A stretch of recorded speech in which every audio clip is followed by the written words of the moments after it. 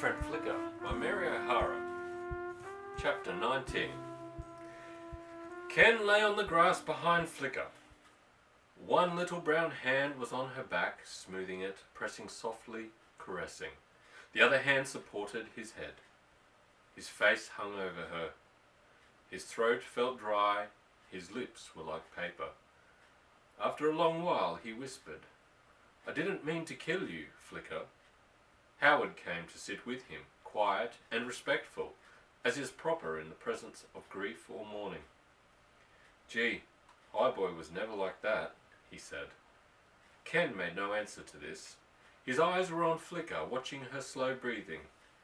He had often seen horses down and unconscious. Badly cut with wire, too. They got well. Flicka could get well. "Gosh, she's about as bad as Rocket," said Howard cheerfully.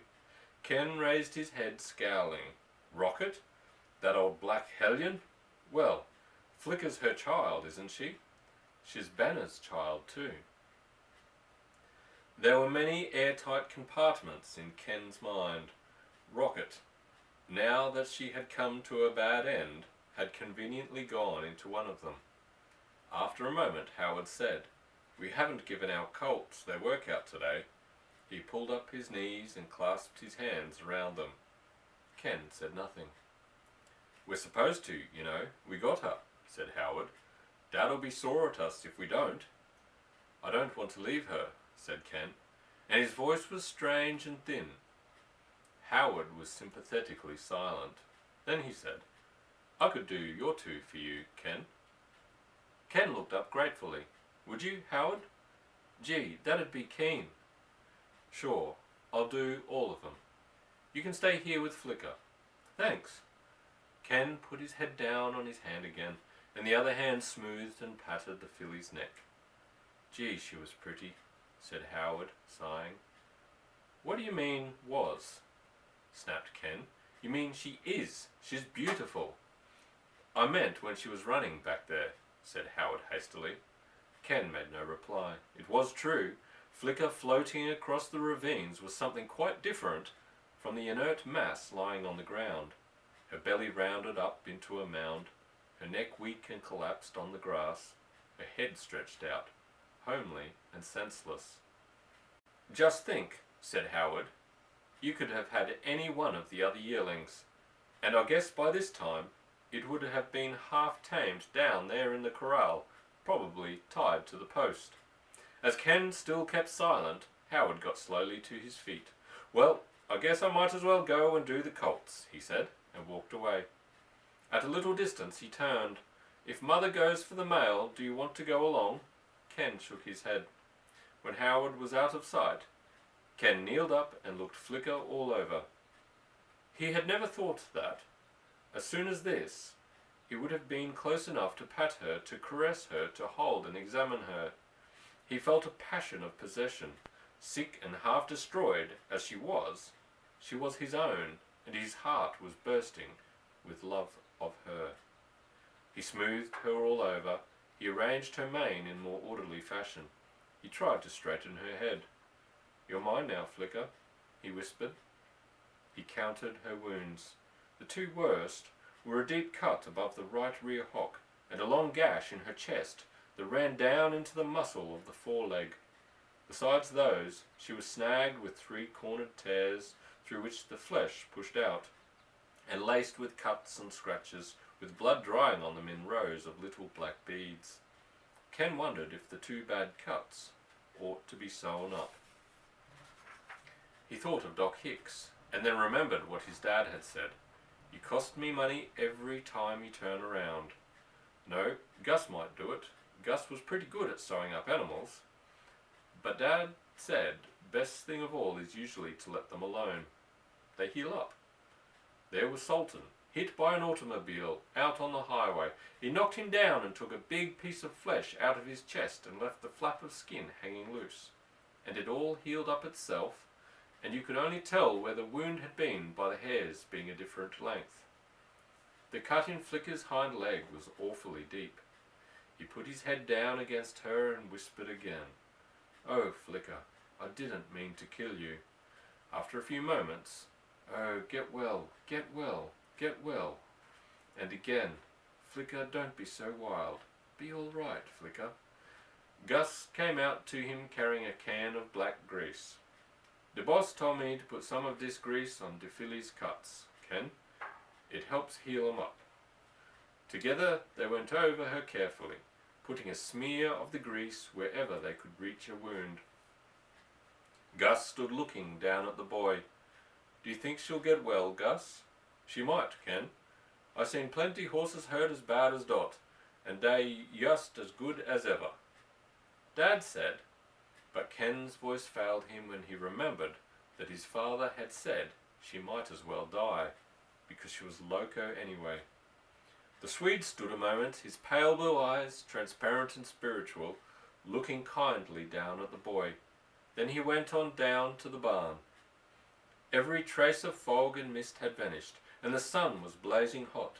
Sweltering, Ken got up to take a drink of water from the bucket left for Flicka. Then, carrying handfuls of water in his small cupped hands, he poured it on her mouth. Flicka did not move, and once again Ken took his place behind her, his hand on her neck, his lips whispering to her. After a while his head sank in exhaustion to the ground. A roaring gale roused him, and he looked up to see racing black clouds forming into a line. Blasts of cold wind struck down at the earth and sucked up leaves, twigs, tumbleweeds, in whirls like small cyclones. From the black line in the sky, a fine icy mist sheeted down, and suddenly there came an appalling explosion of thunder. The world blazed and shuddered with lightning. High overhead was a noise like the shrieking of trumpets and trombones. The particles of fine icy mist beating down grew larger. They began to dance and bounce on the ground like little peas, like marbles, like ping-pong balls. They beat upon Ken through his thin shirt and whipped his bare head and face. He kneeled up, leaning over Flicka, protecting her head with his folded arms. The hailstones were like ping-pong balls, like billiard balls, like little hard apples, like bigger apples, and suddenly, here and there, they fell as big as tennis balls, bouncing on the ground, rolling along, splitting on the rocks.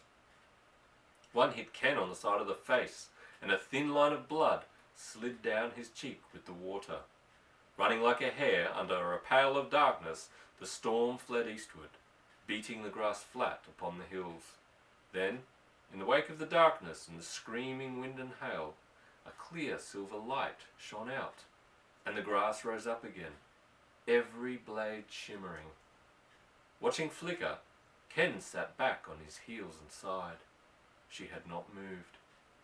A rainbow, like a giant compass, drew a half circle of bright colour around the ranch, and off to one side there was a vertical blur of fire hanging, left over from the storm. Ken lay down again close behind Flicka and put his cheek against the soft tangle of her mane. When evening came, and Nell had called Ken and had taken him by the hand and led him away, Flicka still lay without moving. Gently the darkness folded down over her. She was alone, except for the creatures of the sky, the heavenly bodies that wheeled over her, the two bears circling around the North Star, the cluster of little sisters clinging together as if they held their arms wrapped around each other, the eagle, Aquila, that waited till nearly midnight before his great hidden wings lifted him above the horizon, and right overhead, an eye as bright as a blue diamond beaming down, the beautiful star, Vega.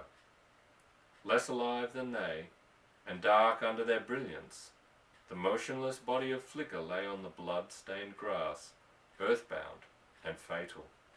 Every breath she drew, a costly victory. Towards morning, a half-moon rode in the zenith. A single, sharp, yapping bark broke the silence. Another answered. Then another and another. Tentative, questioning cries that presently became long, quavering howls.